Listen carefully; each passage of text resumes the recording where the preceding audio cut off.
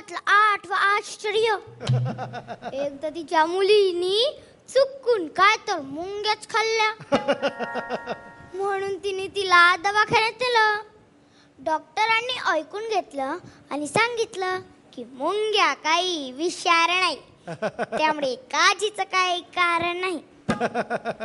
गंगूबाईच्या जीवात जीव आला. तिने सांगितलं मी वेळेस काळजी घेतली म्हणून बरं झालं. डॉक्टरांनी विचारलं तुम्ही काय काळजी घेतली. गंगूबाई म्हणाली मुंग्या खाल्ल्या कळतच. मी मुलीला मुंग्या मारायची औषध दिली. कशी वाटली ही आमची गंगूबाई.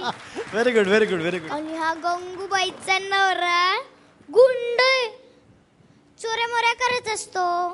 त्याचा मुलगा शाळेत तोंडी परीक्षेत नापास झाला.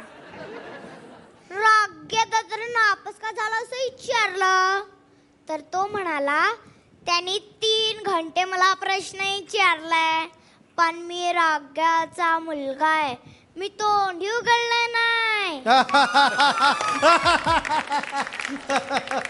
आता ह्याच राग्याचा हाच मुलगा मला म्हणाला माझे वडील सिंहासारखी शूर आहेत, कोल्ह्यासारखी धूर्त आहे, डोळे गरुडासारखे, खांदे घोड्यासारखे आणि पाय हत्तीसारखे.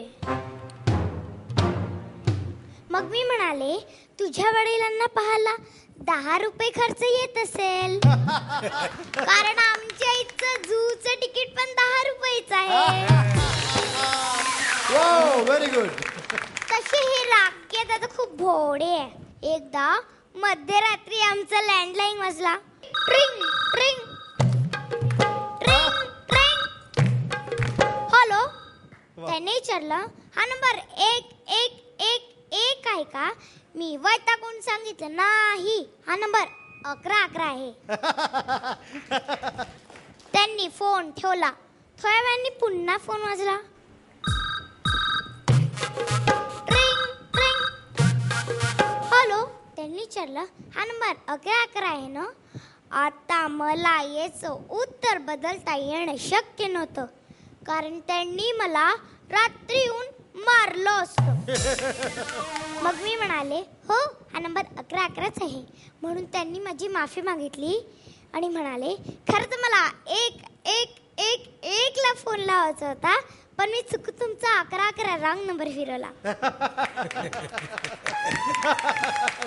म्हणून माफी मागण्यासाठी मी पुन्हा तुम्हाला फोन केला.